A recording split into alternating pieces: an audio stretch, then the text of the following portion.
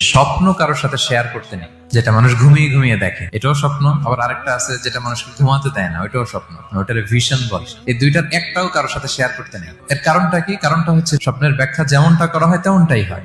আপনি একটা স্বপ্ন দেখলেন, একজনকে একটা বললেন, সে হুট করে একটা ব্যাখ্যা দিয়ে দিল, ওইটাই হয়ে যাবে। এটা আপনার জন্য ভয়ঙ্কর হয়ে যেতে পারে। এক লোক এসে মুহাম্মদ ইবনে সিরিনকে বলল যে আমি দেখলাম আমার ছেলে পানি খেতে খেতে পেটটা এত বড় হয়ে গেছে।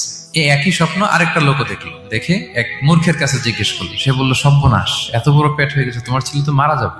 ঠিকই কয়েকদিন পরে ছেলেটা মারা গেল।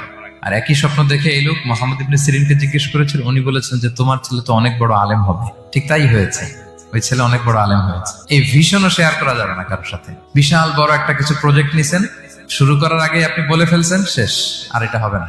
দেখবেন যে এখান থেকে কনস্পিরেসি, ওইখান থেকে শত্রুতা, ওইদিকে এটা করছে ওইটা করছে, আপনি আর আগাতেই পারবেন না। সো স্পেশালি যদি কোনো ভালো স্বপ্ন দেখেন, এট দ্য সেম টাইম খারাপ স্বপ্ন যদি দেখেন, এটা আপনি শেয়ার করবেন না কারোর সাথে। কারণ স্বপ্ন এটা কেবলমাত্র মন মস্তিষ্ক প্রসূত কোনো বিষয় না। মুমিন জীবনে এটা অনেক অর্থবহ। মাঝে মাঝে স্বপ্নের মাধ্যমে আল্লাহ মানুষকে বার্তা দেয়, ইলহাম পাঠায় স্বপ্নের মধ্য দিয়ে।